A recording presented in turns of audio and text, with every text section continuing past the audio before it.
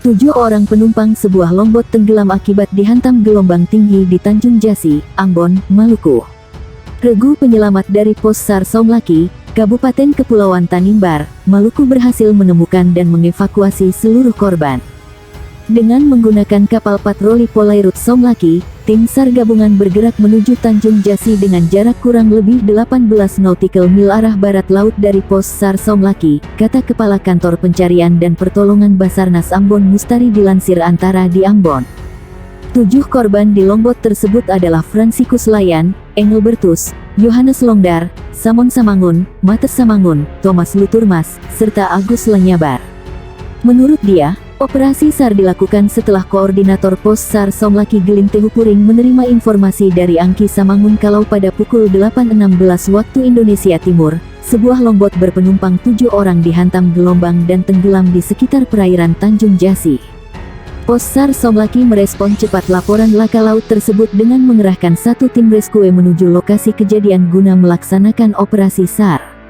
4 jam perjalanan pukul 14.27 waktu Indonesia Timur, tim SAR gabungan tiba di lokasi kejadian dan berhasil mengevakuasi ke-7 korban dengan selamat, ucap Mustari.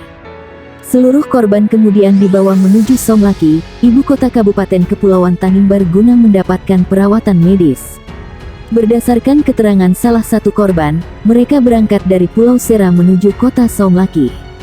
Namun di tengah perjalanan tepatnya di sekitar perairan Tanjung Jasi, longboat tersebut dihantam gelombang dan tenggelam, namun beruntung mereka semua berhasil berenang ke pulau terdekat. Kami pun langsung mengabari keluarga, meminta pertolongan Basarnas untuk evakuasi, ujar Mustari mengutip penjelasan salah satu korban selamat. Dengan ditemukannya para korban, maka operasi SAR dinyatakan selesai dan ditutup.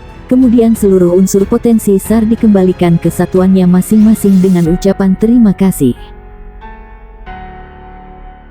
Badan Meteorologi, Klimatologi, dan Geofisika menyampaikan peringatan dini potensi gelombang tinggi antara 1 hingga 6 meter di wilayah pesisir perairan Indonesia pada 14 sampai tanggal 15 Desember tahun 2022.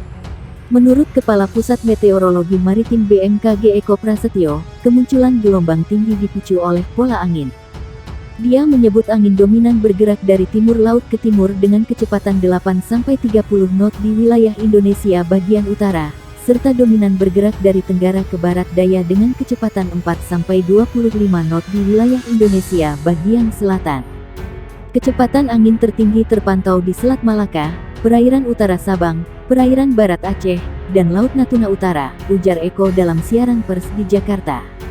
Pola angin yang demikian meningkatkan peluang munculnya gelombang tinggi di sejumlah wilayah perairan Indonesia.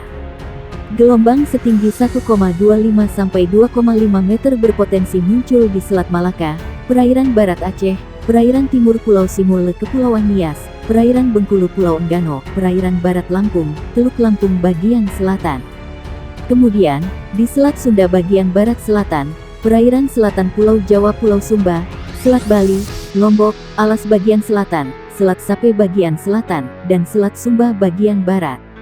Berikutnya di perairan selatan Pulau Sawu, Laut Sawu bagian selatan, Samudra Hindia Selatan Banten Nusa Tenggara Timur, perairan Kepulauan Sangihe Kepulauan Talaut, perairan Bitung Kepulauan Sitaro. Selanjutnya, di Laut Maluku bagian utara, perairan utara dan timur Kepulauan Halmahera, Laut Halmahera, perairan utara Papua Barat Papua, perairan Pulau Biak, dan Samudra Pasifik Utara Halmahera Papua. Sementara, gelombang setinggi 2,5 sampai 4 meter berpeluang terjadi di perairan utara Sabang, perairan barat Pulau Simele Kepulauan Mentawai, Samudra Hindia Barat Kepulauan Nias Lampung, serta perairan Kepulauan Anambas Kepulauan Natuna.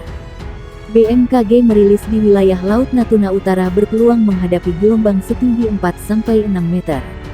Potensi gelombang tinggi di beberapa wilayah tersebut dapat berisiko terhadap keselamatan pelayaran, kata Eko Prasetyo. Dia mengimbau pengguna perahu nelayan mewaspadai angin dengan kecepatan lebih dari 15 knot dan gelombang dengan tinggi di atas 1,25 meter. Untuk operator kapal tongkang diminta mewaspadai angin dengan kecepatan 16 knot lebih dan gelombang setinggi 1,5 meter lebih. Lalu, operator kapal feri diminta mewaspadai angin dengan kecepatan lebih dari 21 knot dan tinggi gelombang di atas 2,5 meter. BMKG meminta operator kapal ukuran besar, seperti kapal kargo atau kapal pesiar diminta mewaspadai angin dengan kecepatan 27 knot lebih dan gelombang setinggi 4 meter lebih. Badan Meteorologi, Klimatologi, dan Geofisika mengimbau masyarakat waspada gelombang tinggi hingga 6 meter di beberapa perairan Indonesia. Khususnya, warga yang tinggal di pesisir. Dimohon kepada masyarakat yang tinggal dan beraktivitas di pesisir sekitar area yang berpeluang terjadi gelombang tinggi agar tetap selalu waspada, kata Kepala Pusat Meteorologi Maritim, BMKG, Eko Prasetyo, dikonfirmasi di Jakarta.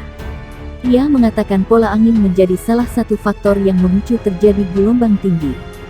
Pola angin di wilayah Indonesia bagian utara dominan bergerak dari barat laut menuju timur laut dengan kecepatan angin berkisar 5-25 knot.